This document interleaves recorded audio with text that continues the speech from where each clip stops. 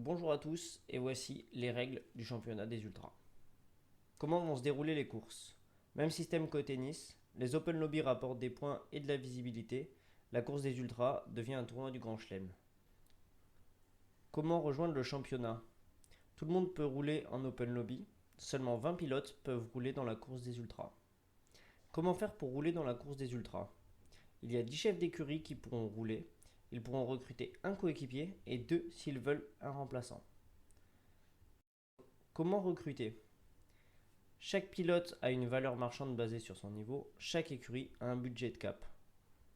Comment sont définies les valeurs marchandes?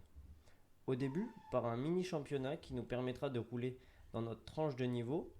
Pour les nouveaux entrants, en faisant de plus en plus d'open lobby, être repéré et en ayant des points. Comment est défini le budget de cap? Par une addition entre le niveau du chef d'équipe et sa recrue. Exemple, si le chef d'équipe vaut une note de 3 sur 10, sa recrue devra être inférieure ou égale à 10 sur 10. L'ensemble des deux pilotes devra faire 13 sur 20 ou moins pour permettre un développement dans l'écurie de 2 points minimum, 15 sur 20 étant le niveau maximum autorisé des deux pilotes réunis après développement des pilotes.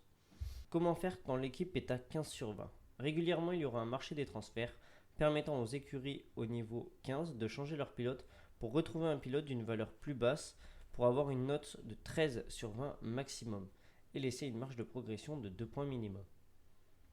Comment faire pour rejoindre une écurie? En tant que pilote, vous devez prendre contact avec le chef d'écurie. Si vous êtes d'accord, il faudra que les deux parties mettent un message dans le channel adéquat pour annoncer la signature. Si le pilote est déjà dans une écurie, il faudra que les trois parties, chef d'écurie qui veut le pilote, chef d'écurie qui laisse partir le pilote, soient d'accord et mettent un message dans le channel adéquat. Quelles sont les règles à respecter? Pendant les Open Lobby ou pendant les courses des ultras, vous pouvez être accroché volontairement ou pas. Pensez à enregistrer votre replay ou demandez à la FIA qu'elle l'enregistre. Discutez après la course calmement avec la personne pour mettre les choses au clair. Un channel réclamation sera à votre disposition et vous pourrez partager la vidéo à la FIA. Après chaque course, une fenêtre de temps sera ouverte pour porter vos réclamations. Quelles sont les sanctions possibles? Une pénalité égale un avertissement par la FIA. 2 pénalités égale une exclusion pour 1 jour.